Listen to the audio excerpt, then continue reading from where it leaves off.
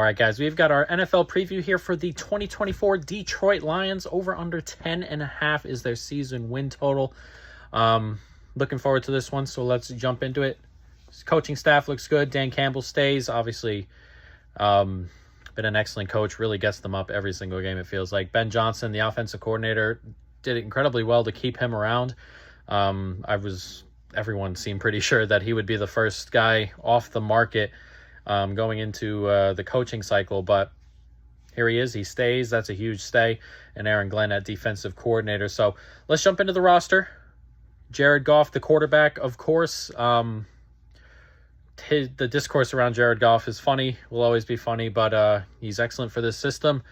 Stays good in this system, and I expect him to have another good year in this system. I know, Goff playing outside in the cold and that kind of stuff, but they really have like one of those games, two of those games late. It's not really a factor this year.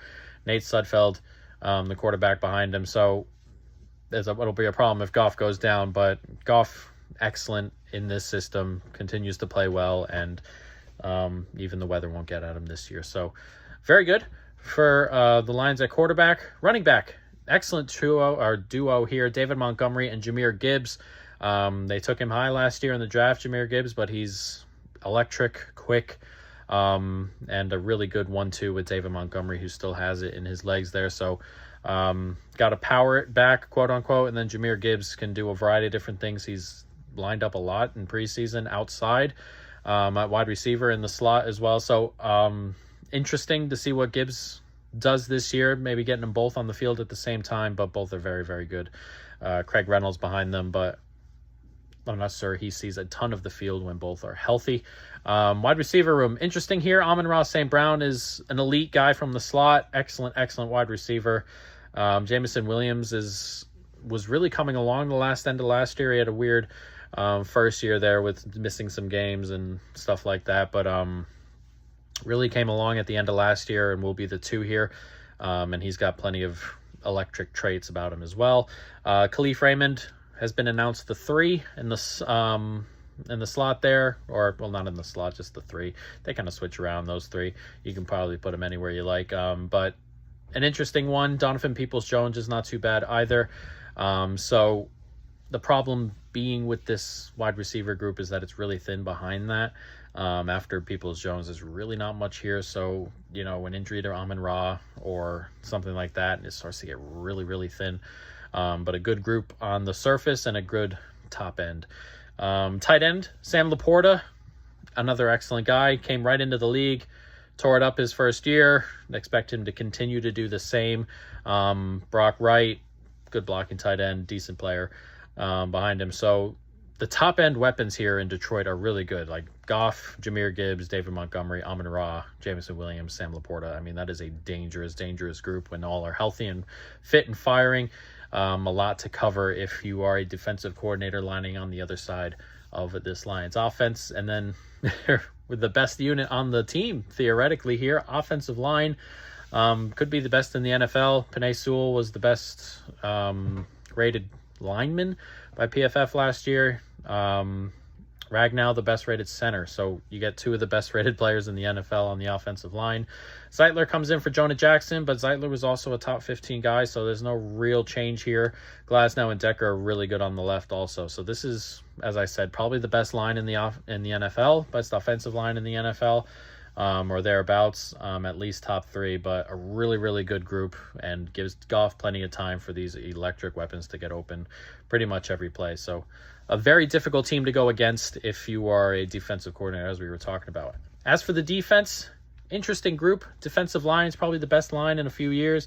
Aiden Hutchinson was great last year, 100-plus pressures, turned that into 11.5 sacks. They add Davenport to the mix. He's like on a prove-it deal, which is good. Pascal, James Houston behind them. Okay depth, nothing crazy. So decent pass rush there. Obviously an excellent elite pass rusher as well in Aiden Hutchinson. And then they add DJ Reader to Aleem McNeil in the middle. That's a really, really good pickup for Detroit. DJ Reader there.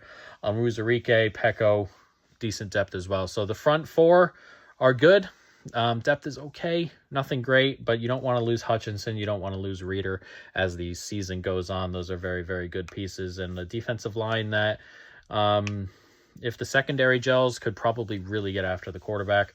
Linebacker room, that's okay. Anzalone was off a decent season last year, not too bad. Jack Campbell, his first year, it's a tough position to get into at linebacker. He was good in the run stopping department, really bad in the coverage department. Got like a PFF, I think, gave him a 35 in the pass coverage department, which is really bad. But as we said, rookie year, we'll see if he can go ahead and step up this second year. A step there would be nice in terms of coverage, which we were talking about for the defensive line. Secondary, like a whole new corner room again. This is like the second year in a row they've done this. Carlton Davis comes in, Amik Robertson comes in. They're pretty decent. Carlton Davis is pretty good. They draft 2 as well, Terry and Arnold, Ennis Rakestraw. Arnold's probably going to start opposite of Carlton Davis. Rookie or corner is a really tough spot for rookies to get into. So if he can be, average, that's a really nice start. Ennis Rakestraw is an interesting player as well. Really, what do I want to say? He's got some really nice traits, is probably a really good way of putting that. Probably a little bit raw maybe, but some really nice traits in there, and I expect him to be a part of this secondary too. So the corner room, 4 new guys. So we'll see going forward. If they gel quickly, that's what you're looking for there, especially as we were talking about the D-line here. Doesn't get the chances it probably should to get, drive-ending sacks and stuff like that, but it does enough to get the ball out quickly. The secondary just wasn't great last year again, and, we were talking about Jack Campbell over the middle. So if they can cover a little bit better than last year, the D-line should work a little bit better this year. Safety room's okay. Kirby Joseph's okay. Melifonwu is someone I really like, so not too bad at safety. So, yeah, it's an interesting group, as we said. If the coverage unit can just cover, because they can run defend pretty well, especially DJ Reeder coming in now. There's probably going to be a decent run defense if they can just cover the pass for just another second. That kind of stuff there going in. You can have a pretty significant jump in the defense if that's the case. But we'll see. Schedule, interesting schedule here. Rams at home to start. Tampa Bay at home to start, and then at Arizona and home to Seattle, and then a really early bye. So 3 home games in a row, or 3 home games in the first 4, as well as, playing an Arizona team that's got a really, really bad defense. So potential for a 4-0 start here, and then a really early bye is not something you really like as a team like Detroit who wants to go deep into the playoffs.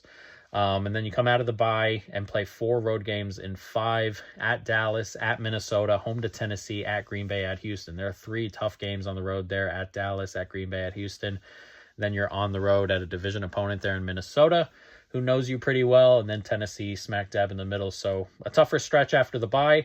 Then Jacksonville at home, at Indianapolis. Then another, this is a 4-5 at home stretch. Jacksonville at Indy, Chicago, Green Bay, Buffalo. Tough away to Indy. Jacksonville is going to be decent. Chicago, Green Bay are division opponents who, have high hopes for themselves. Then Buffalo, who are very good. And then at Chicago, at San Francisco, and then Minnesota. So it's an interesting schedule. Really lopsided just in spurts, 3 of the first 4 at home, and then you get 5 of 7 on the road, and then 3 in a row at home again. And it's a very lopsided schedule with an early bye, which I don't love. So I don't particularly love the schedule, which is why I haven't done any over under 10.5 here for the Lions. But we have a couple bets. 1+ TD in every regular season game at -120. That is a $3 bet for us. I just love this offense. Love the offensive line. The offensive line is so good, obviously.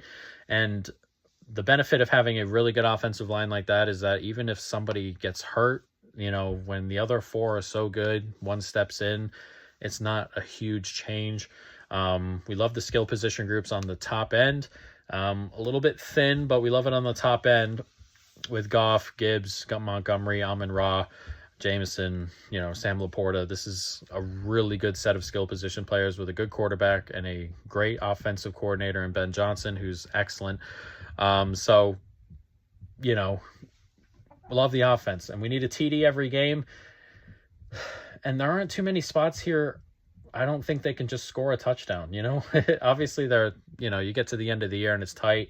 Maybe they're resting in the final week or something, but at San Francisco's not easy, obviously, and then that last game there. But we're talking Chicago twice, Minnesota twice, Green Bay twice. Defenses I don't particularly love, which they can score a touchdown on here.